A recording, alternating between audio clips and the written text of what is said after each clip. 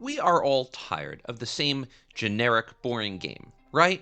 How about a game where you are a 5 centimeter tall prince who has to save the world? Or a game that is a nightmarish amalgamation of whatever the hell's going on here? Or play as an octopus, pretending to be a human? Yeah, so these games are all actually things, although the nightmares currently bopping around my brain deeply make me regret this particular video. But don't worry, the next 7 games you are going to hear about are real, not just LSD-induced versions of games that sound like they were created while someone was so high they were touching the moon. By the way, speaking of LSD, let's get started with LSD Dream Emulator. This game was released in 1998 by Osmic Ace Entertainment. As the name implies, the game seems like a big old trip on LSD. There's no plot, no score, and no objective. Instead, you play the game from a first-person perspective, running around different dreams. Each dream is a level in and of itself, and the dreams can last for up to 10 minutes. As you can see, this game is trippy as hell. You move through a variety of pre-rendered levels where you can interact with other objects and be transported to other dreams. Sometimes the elements are static. Other times, random objects or characters may appear. There is also a mysterious character known as the Gray or Shadow Man, who will appear in some dreams. Touch him, your progress is undone, and you cannot use the flashback option, which allows you to experience an abbreviated version of the last dream that you went through. This game is wild and made to break the mold. It was produced by Osamu Sato, a Japanese artist who wanted to alter the definition of a traditional game. His goal was to create a game world with the same irrationality and ethereal nature as dreams. Using a dream diary from one of the Osmic developers, Sato created levels with no objectives other than exploration. A musician by trade, Sato also used 500 musical patterns to create the unique soundtrack for the game, attempting to match the chaos and disconnected nature of dreams. As you can see, this game is deeply strange and unsettling, but at least you know it was designed that way. In fact, that's a pattern we're going to see in a lot of these games. The authors didn't accidentally design something strange as hell. In most cases, they knew exactly what they were doing. Next, let's talk about Sluggish Morrs, a delicate time in history. In this game, you play as this pink thing named Widdick. You are aboard the Sluggish Morrs, a spaceship that is heading to the planet Sendo Kier. You encounter a space expression? I don't know, some hippie nonsense, which causes the human id to express itself throughout your spaceship. Yeah. During your journey, a couple of elephants, these seizure-inducing monsters, tell you to collect coins. Doing so leads you to a series of interactions with others on the ship. The gameplay here is relatively simple. You move from room to room and have conversations with the various characters, most of which turn into oddball philosophical musings. Right, this game is replete with reggae, distorted voices, and references to philosophy. It also looks like a disco ball that vomited everywhere, most specifically on your retinas. Like most games on this list, it isn't just meant to shock you and make you scratch your head. This game goes deep into philosophy, and while I don't want to spoil anything, let's just say that the end state of the game isn't so much you beating it, but arriving at a strange philosophical place. If you're interested, the game is free and available for download now. Next, there's Scorn.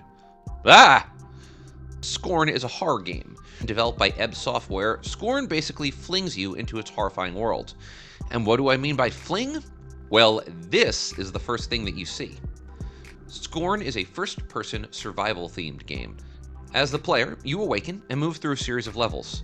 Scorn meshes a variety of genres to get you from point A to point B, including puzzling, exploration, and combat. Horrifying, horrifying combat. The game also brings in a variety of other horror tropes. You've got parasites that eat you, factories that try to kill you, and of course, bursting hearts. The game comes with a little context, and that's by design.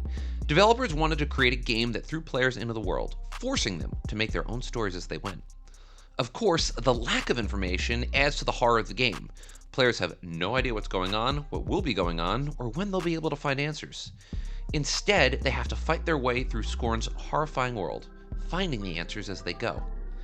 The game has decent reviews. Metacritic's average is 70 out of 100, and as of this recording, its Steam reviews are in the mostly positive territory. So, if you want to get thrown into, well, terror, download Scorn. Next, let's switch gears. The common mosquito, our enemy, the biggest killer in the world, our protagonist. So, welcome to Mr. Mosquito.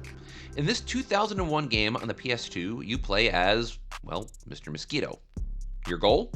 Torture the Yamada family. The Yamadas are regular old humans. Your job, as your friendly neighborhood mosquito, is to drive this poor family insane. How? Well, by doing what mosquitoes do best, sucking blood. Your job is to suck as much blood from the Yamadas as humanly possible, but without getting caught, lest the family give you a big old smush. That being said, you don't just eat whatever you can. Oh no, that would be too simple. Instead, you have to attack specific body parts, and only during specific times. Why? I don't know. Science? The game is divided into stages, and you have to get enough blood to pass each stage. At the same time, there is a stress meter. Not on you, but on the Yamadas. If they become too stressed, they attack, leading to a boss fight between a human hand and a mosquito. The game has achieved some degree of cult classic status. It wasn't even a commercial failure. It was actually the 5th highest video game sold in Japan during the week of its premiere, and eventually it moved more than 160,000 copies in the country. Reviews for Mr. Mosquito were between 60 and 70%, with many reviewers noting that the game is unique, which is putting it lightly.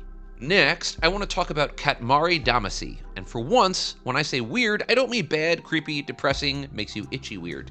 I mean kind of happy weird. This game is a third-person puzzle game, originally released in 2004 for the PS2. The background is perfectly normal. The king of the cosmos, your dad, gets absolutely wasted and destroys the universe. Perfectly normal. You play as the king's 5-centimeter tall son and are charged with restoring the universe. How do you do this? Again, perfectly normal. You're given a tiny magic ball, the Katamari, and told to roll the ball into stuff to make it grow. You roll stuff around and rebuild the universe in what is basically one of those cartoon avalanche balls, completing stages and missions as set by your dad, the world-destroying king. It's actually a pretty in-depth system, as you have to use the size, surface area, and weight of objects in order to create a balance that can then be used to restore the universe.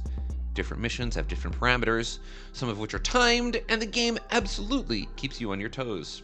This game was praised by critics for its deeply unique nature, and in watching the gameplay, I think it's safe to say that the praise is absolutely correct. This is absolutely not like any other game currently on the market.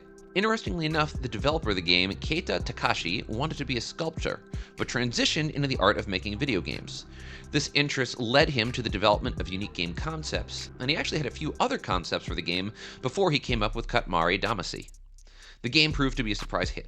It earned praise from critics and sold over 155,000 copies in Japan by the end of 2004. That resulted in numerous sequels. How popular is the game? Well, in 2020 and 2021, the game was re-released on the PS4, Xbox One, and Switch. So, let's talk next about Japan World Cup. Oh, wait a minute, Japan World Cup? Well, this can't possibly be weird, right? I mean, World Cup, it's got to be soccer. No, I'm wrong. It's a horse racing game. Okay, that should still... Oh no. So, Japan World Cup is a web browser-based game that was never released for any console, and if you watch this for long enough, you can quickly see why. It's a horse racing game featuring horses, and giraffes, and Trojan horses, pigs, it's a mess. You don't actually race in this game. Instead, you bet on the winner, and then sit back and let the strangeness unfold. Why would you do that? Why not? Surprisingly, this game wasn't a commercial success. Even more surprisingly, this game actually spawned 2 sequels, meaning that there is a Japan World Cup 1, 2, and 3. Personally, I would absolutely pay money to watch a 2-person horse stumble across the finish line, but maybe that's just me. Anyway, this game did gain cult classic status thanks to the help of YouTube stars PewDiePie and Video Game Donkey, both of whom featured the game in their videos. Sadly, you can't play the game at this point, as the servers have shut down. Instead, you'll be left like me, scouring YouTube for copies of this monstrosity. Or you could have a life. Let's round this video out with Octo Dad. Now, many of you may remember the Octo Mom, real-life Nadia Solman, who gave birth to 8 children in 2009. So, is that what this game is about? No, it is not. You play as the aforementioned Octo Dad. Is he the father of 8 children? Oh no, he's the father of 2, and happily married. He's also an octopus trying to pretend to be a human. So you're trying to hide your multi-tentacled nature, which is hard, so, go get him, champ. This game is essentially a demented platformer. The controls are wonky, and you have to fight your way through the bizarre nature of the game, facing a series of increasingly difficult movements as you attempt to go about your life. Levels include you going shopping, going to work, and spending time with your family while attempting to hide your cephalopod nature. The game earned mixed reviews, but it was praised for its deeply unique nature, with reviewers noting that the game was straight up hilarious and deeply absurd. I mean, where else do you get to play as an octopus? Even more hilariously, there's a multiplayer mode. Do you have different Octo Dads? Oh no, you control the same Octo Dad. This actually sounds like a phenomenal party game. There's some really interesting themes among the games that we covered today, despite the fact that the 7 we highlighted varied so wildly. First, most of these games almost never give any context. Yeah, some may give you the bare minimum of what you need to do, but most games don't even do that. Instead, they just kind of say, well, here you go, have fun, and throw you into the game, like Scorn. I also think it's worth noting that many of these weird games were created by developers who actually wanted to be artists, not just video game developers. Why is that noteworthy? Because it's a nice break in the action. Look, these games are meant to be strange, but I also think they're supposed to break the mold. As someone who can't stop playing the same 5 games, I think that's awesome.